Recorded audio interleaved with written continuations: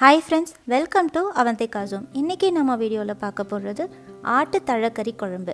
அதை எப்படி செய்கிறதுன்னு வாங்க வீடியோக்குள்ளே போய் பார்க்கலாம். இது நான் இப்போ எடுத்துருக்கிறது ஒரு ஆட்டோட தலைங்க. அவங்களே க்ளீன் பண்ணி கட் பண்ணி கொடுப்பாங்க. நாம் அதை வீட்டில் வாங்கிட்டு நல்லா க்ளீன் பண்ணி எடுத்து வச்சுருக்கேன். மினிமம் 1 kg வரும் அது ஒரு ஆட்டோட தலையே.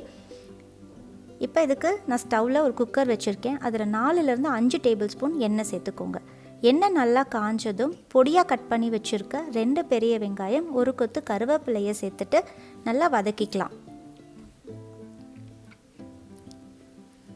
ஸோ ஆட்டோட தலைனாலே அதில் நிறைய எலும்பு மட்டும்தாங்க இருக்கும். இப்போது வெங்காயம் ஒரு பாதி வதங்கியிருக்கு. இதில் நாம் 3லேருந்து 4 டேபிள் ஸ்பூன் அளவுக்கு தாராளமாக இஞ்சி பூண்டு பேஸ்ட் சேர்த்துக்கோங்க. இந்த ஆட்டு தலைக்கறி குழம்புக்கு மட்டும் நீங்கள் இஞ்சி பூண்டு பேஸ்ட் நல்லா தாராளமாக சேர்த்துக்கிட்டிங்கன்னா தான் ரொம்ப நல்லாயிருக்கும்.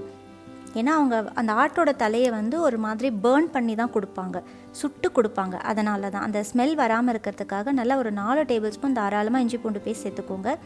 இஞ்சி பூண்டு பேஸ்ட் நல்லா வதங்கினதுக்கு அப்புறமா 2 தக்காளியை பொடியாக கட் பண்ணி வச்சுருக்கேன். அதையும் சேர்த்துட்டு வதக்கிக்கலாம்.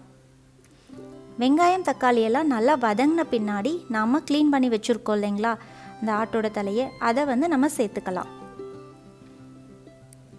சேர்த்துட்டு மீடியம் ஃப்ளேமில் வச்சு ஒரு 5 நிமிஷத்துக்கு வதக்கி விடுங்க. ஏன்னா நமக்கு யூஸ்வல் கறியெல்லாம் தண்ணி விடுற மாதிரி இந்த ஆட்டோட தலையிலேருந்து தண்ணி எதுவும் விடாதுங்க. அதனால் ஹை ஃப்ளேமில் வச்சு நீங்கள் வதக்குனிங்கன்னா உங்களுக்கு அடி பிடிச்சிரும். அதனால் லோ ஃப்ளேம்லேயே வச்சுட்டு ஒரு 5 நிமிஷத்துக்கு கிளறி விடுங்க. பாருங்கள், இந்த அளவுக்கு வதங்கட்டும். நாம் அதுக்குள்ளே இதுக்கு தேவையான மசாலாவை அரைச்சிடலாம். அதுக்கு ஒரு மிக்சர் ஜாரில் 1 கப் தேங்காய் எடுத்திருக்கேன் நான்.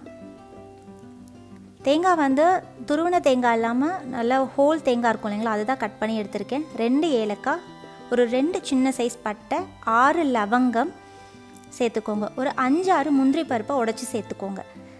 சேர்த்துட்டு தேவையான அளவு தண்ணி விட்டுட்டு ஃபஸ்ட்டு இந்த தேங்காவை ஒரு கிரைண்ட் பண்ணி எடுத்துகிட்டு வந்துடலாம். இப்போ இதில் 2 டீஸ்பூன் சோம்பு, 1 டீஸ்பூன் அளவுக்கு மிளகு சேர்த்துட்டு இப்போ நல்லா தண்ணி விட்டுக்கோங்க. நல்லா நைஸாக அரைச்சி எடுத்துக்கோங்க. பாருங்கள், இதுதான் மசாலா. இது ரெடி ஆகிடுச்சு. இப்போ நாம் அந்த குழம்புக்கு தேவையான மசாலாவை சேர்த்துக்கலாம். 1/2 டீஸ்பூன் மஞ்சள் தூள், 2 டீஸ்பூன் மிளகாய் தூள், 2 டீஸ்பூன் தனியாத்தூள்,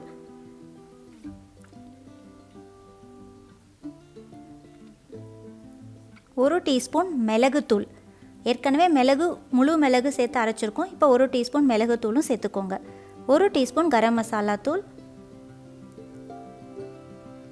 1 டீஸ்பூன் சீரகத்தூள் சேர்த்துட்டு தேவையான அளவு உப்பு சேர்த்துக்கோங்க. இந்த குழம்புக்கு தேவையான அளவுக்கு உப்பு சேர்த்துக்கோங்க. இப்போ இதில் மட்டன் மசாலா, கடைகளில் கிடைக்கிற மட்டன் மசாலா ஒரு 2 டீஸ்பூன் சேர்த்துட்டு நல்லா வதக்கி விடுங்க. பாருங்கள், கொஞ்சம் கூட தண்ணியே விடலாது. அதனால் நம்ம தண்ணியை தேவையான அளவு நாம் தான் சேர்த்துக்கணும். இப்போ மசாலாவோட நல்லா கலந்த பின்னாடி நம்ம அரைச்சி வச்சுருக்க தேங்காய் விழுதை சேர்த்துக்கலாம். சேர்த்துட்டு நல்லா தாராளமாக தண்ணி சேர்த்துக்கோங்க. ஏன்னா யூஸ்வலாக நமக்கு மட்டன் வேகிறதுக்கே 7-8 விசில் விடுவோம். நம்ம இந்த தலைக்கறி குழம்பெல்லாம் வேகிறதுக்கு உங்களுக்கு மினிமம் 10லேருந்து 12 விசிலாவது விட்டிங்கன்னா தான் உங்களுக்கு நல்லா வேகும். அதனால் தண்ணியும் தாராளமாக சேர்த்துக்கோங்க.